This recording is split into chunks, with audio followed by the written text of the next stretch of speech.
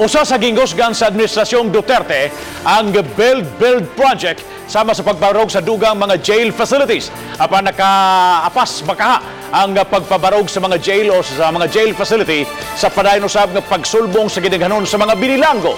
Si Luan Mirondina sa yang RTV Presents.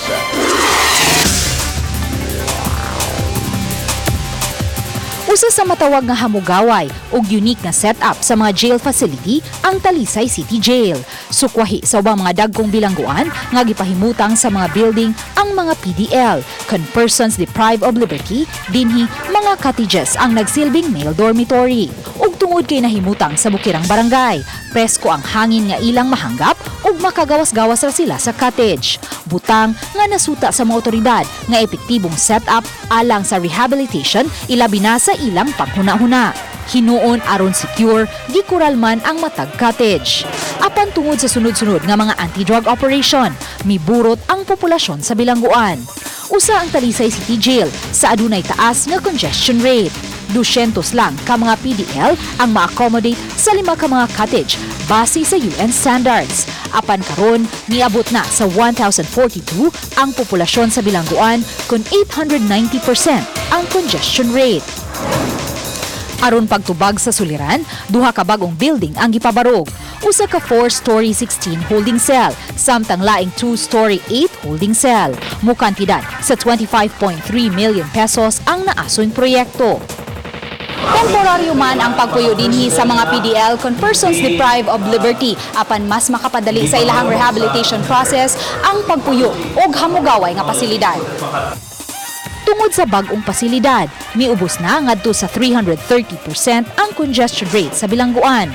Aminado ang kadagkuan sa BJMP nga taas gihapon ang congestion rate sa naasong bilangguan bisan sa bag-ong napabarok nga pasilidad. At least na pull down na mo ng mga more or less 500% na ibaba na mo ng congestion rate ng Talisay.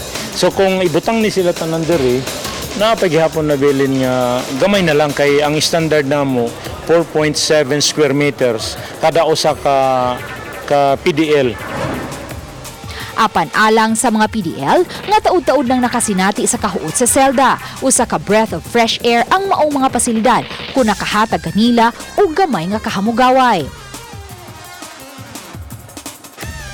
Disyembre 2016 pa, nasulod sa Talisay City Jail si Justin di tinuod nga pangan tungod sa pagkupot ug pagpayuhot og idiling drogas. Pagkaroon ng okay naman kay just na may bagong building sa mong paghigda sad okay ra sad. Dilingon nga maghuot gyud kay tanan mi just maplastar gyud mi sa gigda. Matod sa OIC sa Bureau of Jail Management and Penology, Jail Chief Superintendent Alan Iral, sagad sa hinungdan sa kalangan sa pagpabarog og dugang jail facility, mao ang kawalay igong luna. Hinuon sa Rion 7, may pakita man og kooperasyon ang mga local government units. Gani, nahimong posible ang pagpabarog sa duha ka bagong building sa Talisay City Jail, human gidunar sa lokal nga kagamhanan sa Talisay ang luna.